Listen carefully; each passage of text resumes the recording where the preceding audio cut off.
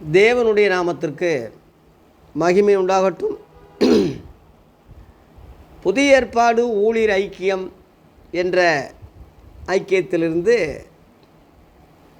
தேவ ஊழியக்காரர்களுக்கு கிறிஸ்தவ ஊழியத்தை செய்கிற தேவ மக்களுக்கு தொடர்ந்து சிறு சிறு பகுதியாக தேவ ஊழியத்தை, வசனங்களை, ரகசியங்களை, வேறுபாடுகளை தொடர்ந்து சொல்லிகிட்டு இருக்கிறேன்.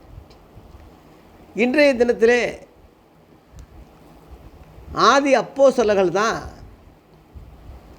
தேவனுடைய ரகசியங்களை முழுமையாய் அறிந்த பொறுப்பாளர்கள், அறிஞர்கள், அறிவாளிகள், தேவ ரகசியங்களை பெற்றவர்கள் என்ற அந்த கோணத்தில் இன்றைய தினத்தில் ஒரு சிறு பதிவாக நான் சொல்ல போகிறேன். பழைய ஏற்பாட்டு உள்ள வேத பரிசெயருக்கு அது பொருந்தாது. அதாவது மத்தேயு 13:11 இயேசு தம்முடைய சீடர்களுக்கு சொல்கிறாரு, பரலோக ராஜ்யத்தின் ரகசியங்களை அறியும்படி உங்களுக்கு அருளப்பட்டது, அவர்களுக்கோ அருளப்படலைன்னு சொல்கிறார். அவர்களுக்கோன்னு சொல்கிறது பழைய ஏற்பாட்டுக்காரங்க, வேத பரிசெயருக்கு அருளப்படலை.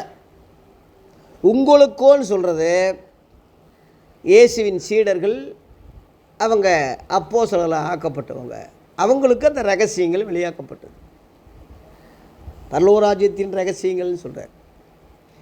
அதுலேயே நீங்கள் 35ஆம் வசனத்தில் உலகத் தோற்றம் முதல் மறைந்திருந்த ரகசியங்களை உவமைகளாக உங்களுக்கு நான் வெளிப்படுத்துவேன் என்று எழுதியிருக்கிற அந்த வாக்கியின்படி நான் உங்களுக்கு உதாரணங்களாக சொல்லிக்கிட்டு இருக்கேன்னு சொல்லி இயேசு சொன்னதாக அங்கே ஒரு குறிப்பு அங்கே இருக்குது. ஆகவே பழைய ஏற்பாட்டில் பங்காக வகை வகையாக பிட்டா பிதாக்களுக்கு, பழைய ஏற்பாட்டு உள்ள மக்களுக்கு தீர்க்கதரிசிகள் மூலமாக பிட்டா சொல்லப்பட்டதே தவிர, இந்த கடைசி நாட்களில் குமாரன் மூலமாக நமக்கு திருவுளம் பற்றினார்னு சொல்லி எபிரேயரில் 1:2 1ஆம் அதிகாரத்தில் 1ஆம் வசனம் 2ஆம் வசனத்தில் உள்ளதை நமக்கு தெரியும். அப்போ கடைசி காலங்களில் குமாரன் மூலமாக ரகசியங்கள் வெளியாக்கப்பட்டதுனால இதுதான் முழு உலகத்துக்குள்ள வெளிப்பாடு, ரகசியம், உபதேசமே தவிர பூர்வ காலங்களிலே பங்காக வகை வகையாக பிட்டா சொல்லப்பட்டதை, நீ அவங்களுக்கு சொல்லப்பட்டதை, நீ ஒரு கிறிஸ்தவனாக இருந்துக்கிட்டு நீ அவங்களுக்கு சொல்லப்பட்ட வேதத்தை நீ 24 மணி நேரம் பிரசங்கம் பண்ணிக்கிட்டு மணிக்கணக்கில் பேசிக்கிட்டு அதையே அந்த புராணத்தையே சொல்லிக்கிட்டு, அவன் சண்டை போட்டான், அவன் யுத்தத்துக்கு போனான், அவன் அடித்தான், அவன் மனைவி இவன் எடுத்துகிட்டு போனான், இவன் பொண்டாட்டியை கொன்னான், அவன் பிள்ளைய கொன்னான், அங்கே அத்தனை 1000 செத்தாங்க, இத்தனை பேரை அவன் கொன்னாங்க. இவன் சொல்லும் போதே உனக்கு அறிவில்லை, உனக்கு மனசாட்சி உறுத்தலை. அது பூர்வத்தாருக்கு சொல்லப்பட்டதுப்பா. நான் சொல்கிறேன்னு இயேசு சொன்னார்ல, அதுதான் நமக்கு, அதான் ரகசியம். தேவனுடைய ரகசியங்கள் முழுவதும் இயேசு அப்போஸ்தலருக்கு தான் வெளிப்படுத்தியிருக்காரு. அதனால தான் அப்போஸ்தலர்கள் என்ன சொன்னாங்கன்னா, 1 கொரிந்தியர் 4ஆம் அதிகாரத்தில் 1ஆம் வசனத்தில், இப்படியாக எந்த மனுஷனும் எங்களை கிறிஸ்துவின் ஊழியக்காரர் என்றும் தேவனுடைய ரகசியங்களின் உக்கிராக்காரன் என்றும் எண்ணிக்கொள்ள கடவன். எந்த மனுஷனாக இருந்தாலும், எந்த சபையாக இருந்தாலும், எவனாக இருந்தாலும் சரி, அப்போஸ்தலர்களை தான் ரகசியங்களுடைய பொறுப்பாளர். உக்கிராக்காரன்னா பொறுப்பாளர். ரகசியங்களுக்கு இவங்க தான் ஹெட்டு, இவங்க தான் தலைமை, இவங்க தான் பொறுப்பு, இவங்கக்கிட்ட கேட்டால் தான் ரகசியம் தெரியும் அப்படின்னு எந்த மனுஷனானாலும் எங்களை தெரிஞ்சுக்கங்க, நினச்சிக்கங்கன்னு சொல்லி பவுல் சொல்கிறான். ஏன் அப்படி சொல்கிறான்னா, எபேசியர் 3ஆம் அதிகாரத்தில்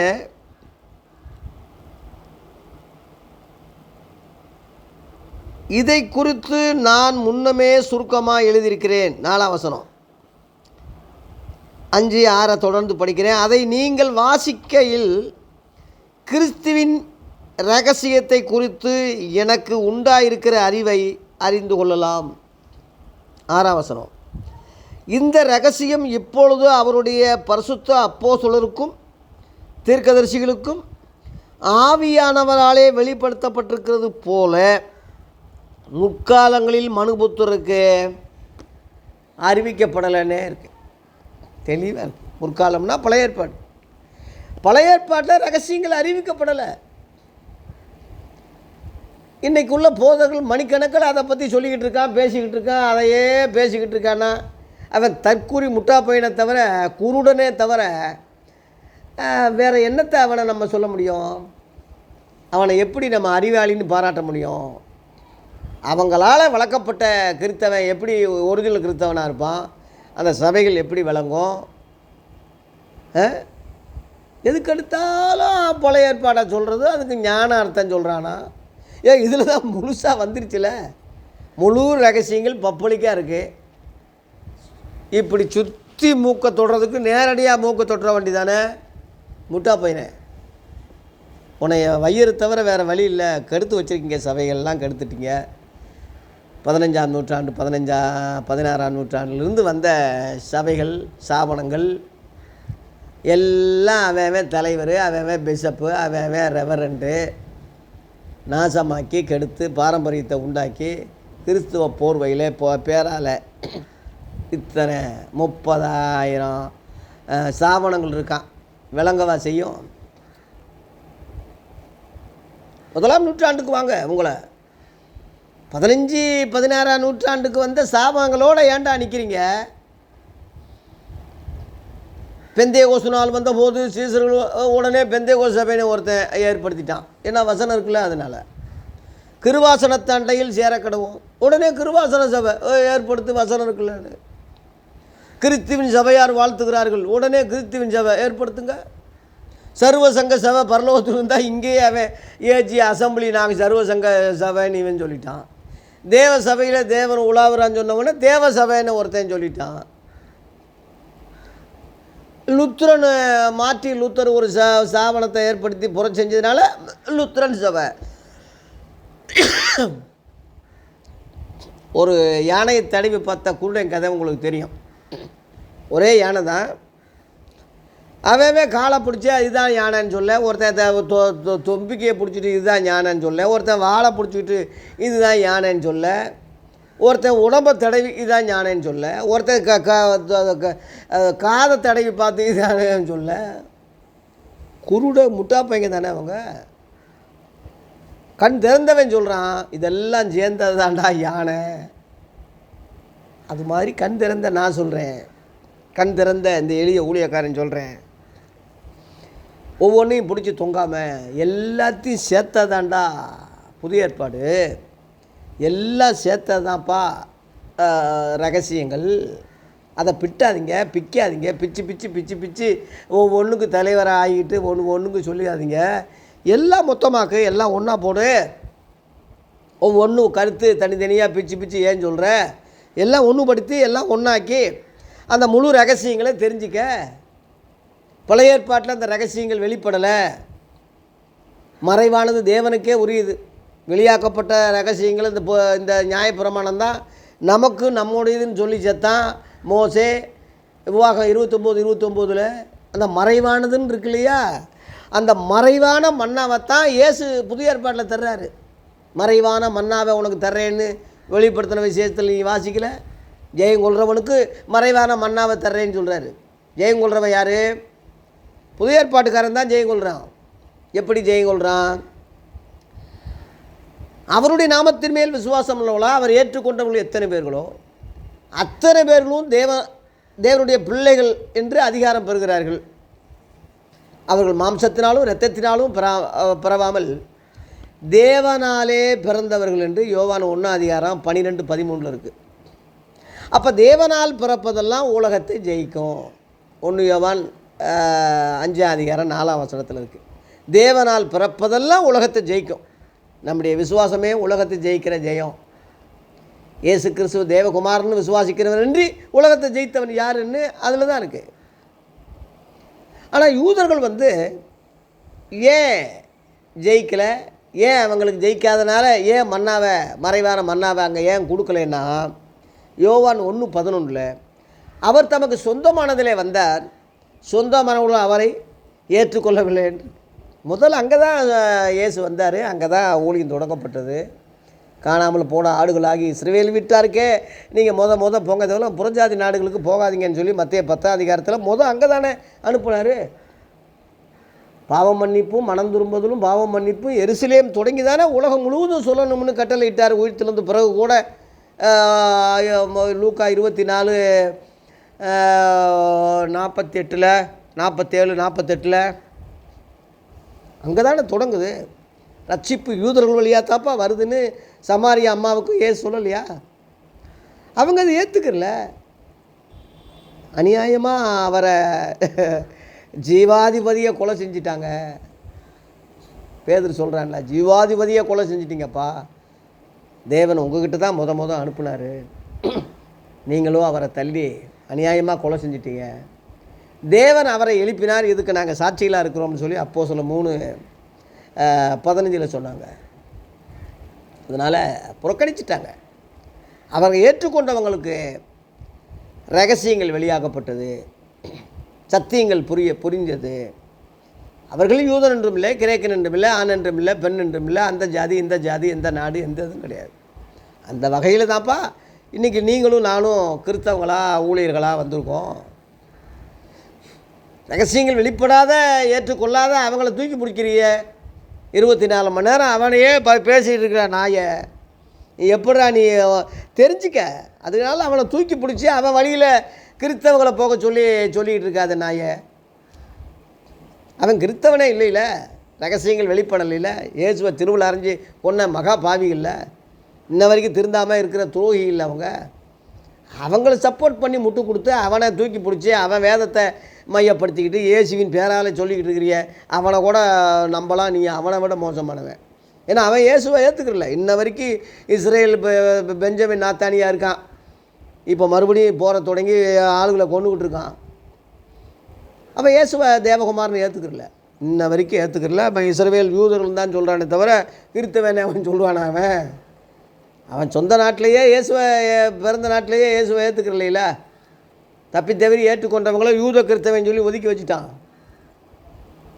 அதனால் அவனை தூக்கி மூட்டு கொடுத்துக்கிட்டு அவனை தூக்கி வச்சுக்கிட்டு அவனை பின்பற்றுங்க, அவன் இப்படி இருக்கான், எழும்பட்டும் கிதியோன் சேனைகள்னு அவனை தூக்கி பிடிச்சிக்கிட்டு இருக்க. கிதியோன்னா யார் தெரியுமாடா உனக்கு?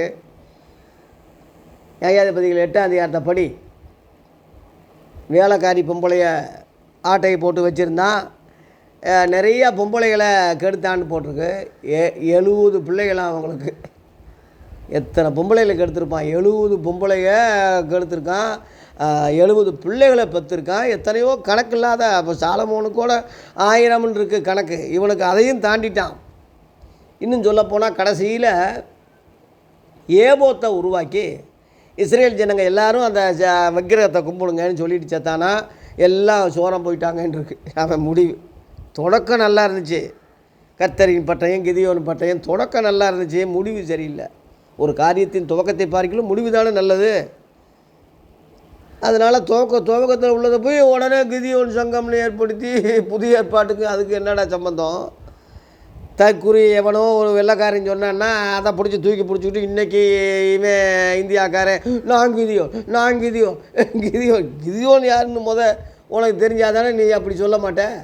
முட்டா பையனை மாற்றிக்க, ஒரு சங்கத்தின் பேரை மாற்று, இயேசுவின் சுவிசேஷ சங்கம்னு வச்சு புதிய அடித்து கொடு, செய்கிறது நல்லா செய். அதனால் எழும்போட்டும் கிதியோனின் சேனைகள் லேவி ஊழியம்.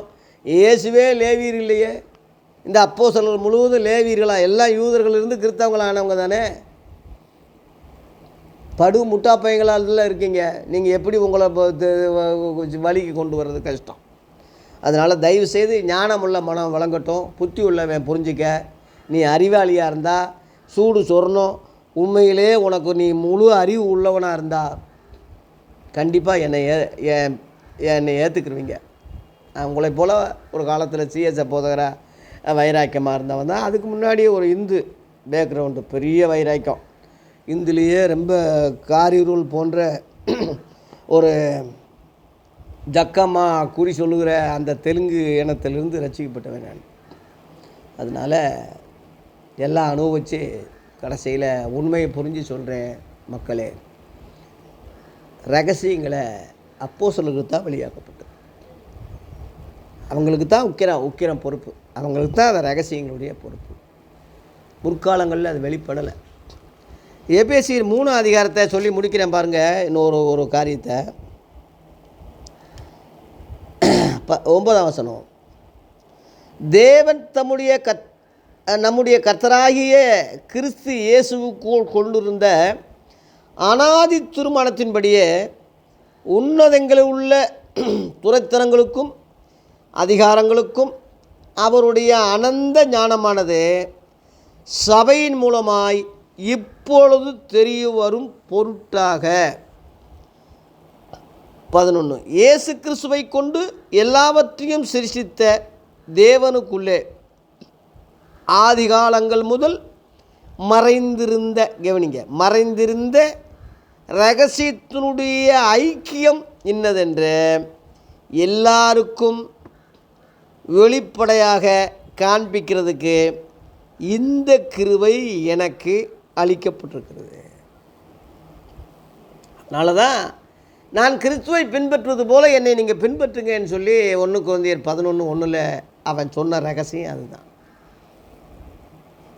யாராவது இப்படி சொல்ல முடியுமா? இன்றைக்கி உள்ளவன் எத்தனை பேர் இருக்கான் தோல் துருத்தி பெரிய அறிவாளி கெட்டிக்காரன்னு. சுவிசேஷ அதாவது ஊழியர் சங்கம், ஊழியர் ஐக்கியம் ஆரம்பிக்க போகிறோம், இதில் சேருங்க, வருஷத்துக்கு 200 ரூபா கட்டிடுங்க, இதில் சேருங்க, எல்லோரும் சேருங்கன்னு ஒரு வீடியோ போட்டிருந்தாங்க, பார்த்தேன். அதில் நான் போட்டிருந்தேன் ஒரு கமாண்டு. 2 கொரிந்தியர் 3 அதிகாரத்தில் 2 விதமான ஊழியம் அங்கே இருக்கேப்பா. நீ எந்த ஊழியத்தில் நீ என்னை சேர சொல்கிற மக்களை? நீ எந்த ஊழியத்தை 2 ஊழியத்தில் எந்த ஊழியத்தில் நீ இருக்க? எந்த ஊழியத்தில் நான் சேரணும்? எவனும் அந்த கேள்விக்கு இன்ன வரைக்கும் பதில் சொல்லவே இல்லை. ஞானமுள்ளவனாக இருந்தால் உடனே என்னை அணுகியிருப்பான். என்னையா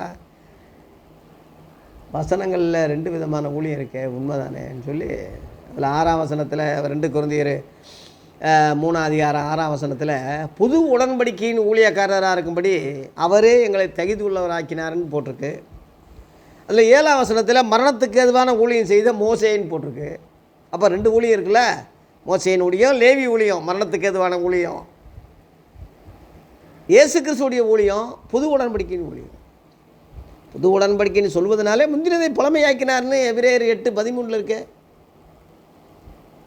இந்த வேறுபாடு தெரியாமல் தானே இன்றைக்கி லேவியரே ஆசாரியரன்னு பாட்டு பாடுறான். ராஜாக்களாக லேவியராக எங்களை தெரிந்து கொண்டிருந்து மூத்தவங்களே அப்படி உலட்டுக்கிட்டு இருந்தால் பின்பற்றி போகிறவன் என்ன கதியாவான்? அதனால தான் ஆதி அப்போஸ்தலர்கள் சொன்னாங்க, கிறிஸ்துவை பின்பற்றுவது போல் என்னைன்னா அப்போஸ்தலர்களை பின்பற்று. அவங்க தான் வழிகாட்டி. கரெக்டாக 1ஆம் நூற்றாண்டில் கரெக்டாக இயேசுவை பயணித்த படித்த பார்த்த தொட்ட ருசி பார்த்த அவங்கள தவிர வேறு எந்த நாதியும் இன்னைக்குள்ள நாதாரியை எவனும் கிடையாது என்பது தான் என்னுடைய தாழ்மையான கோரிக்கை. அதனால் தேவனுடைய ரகசியங்களில் உக்கிராக்காரனாக இருக்கிற பரலோக ராஜ்யத்தின் ரகசியங்களை பெற்ற வெளிப்பாடுகளை பெற்ற ஆதி அப்போஸ்தலர்கள் தான் நமக்கு கோல் மாடல், முன்மாதிரி. எதுக்கெடுத்தாலும் அவங்கள வச்சு தான் ஒரு முடிவு எடுத்து நம்ம போகணும். அப்போ தான் நல்லா இருப்போம், சரியான பாதையில் பயணிப்போம். அந்த ஒரு கருத்தை இன்றைக்கி சொல்லி நான் நிறைவு செய்கிறேன். தேவ பிள்ளைகளே, ஊழியக்காரர்களே, தயவு செய்து இந்த ரகசியங்களை புரிஞ்சு ரகசியங்களில் உக்கிராக்காரனாகிய ஊழியக்காரன் எங்களை எல்லோரும் தெரிஞ்சுக்கங்கன்னு சொல்கிற மாதிரி ஆதி அப்போஸ்தலர்கள் ரகசியங்களை பெற்றவங்க. அந்த ரகசியங்கள் முழுவதும் ரோமர்லேருந்து யூதா வரைக்கும் உள்ள நிருபங்களில் எழுதியிருக்காங்க. மொத்தமாக வெளிப்படுத்தின விஷயத்தில் எழுதியிருக்காங்க. இதுக்கெல்லாம் விளக்க உரைகள் எழுதியிருக்கேன், தேவைப்பட்டால் இலவசமாக தர்றேன். அதனால் தேவ பிள்ளைகளே, இனி காலம் இல்லை, கடைசி காலம் ஆயிடுச்சு. இனியும் ரகசியங்களை மூடி மறைக்கக்கூடாது. இந்த எளிய ஊழியக்காரனை கொண்டு இந்த யூடியூப் மூலமாக உங்களோட பேசிக்கிட்டு இருக்காரு. புதிய ஏற்பாடு ஊழியர் ஐக்கியம் என்ற முறையில் மதுரையில் ஒரு ஐக்கியம் ஏற்படுத்தி உறுப்பினர்களை சேர்த்துக்கிட்டு இருக்கேன். முடித்த உடனே ஒரு பெரிய ஒரு ஊழியர் கூட்டம் மாநாடு மாதிரி நடத்திட்டு அடுத்து சென்னையில் புக் ஆயிடுச்சு. சென்னையில் போட போகிறேன். எல்லா மாவட்டங்களையும் தமிழகம் முழுவதும் ஒரு கலக்கி கர்த்தருடைய ரகசிய வருகைக்கு ஒரு பெரிய கூட்டத்தை எழுப்பணும் என்பது தான் அடியனுடைய தாகம், பாரம். நீங்களும் புரிஞ்சால் ஒத்துழைப்பு கொடுங்க. ஒருமித்து பயணிப்போம். கர்த்தருடைய நாமத்தை ஒருமித்து உயர்த்துவோம். கர்த்தர் நம்மை ஆசீர்வதிப்பாராக. நன்றி, வணக்கம். நாளைக்கு சந்திப்போம்.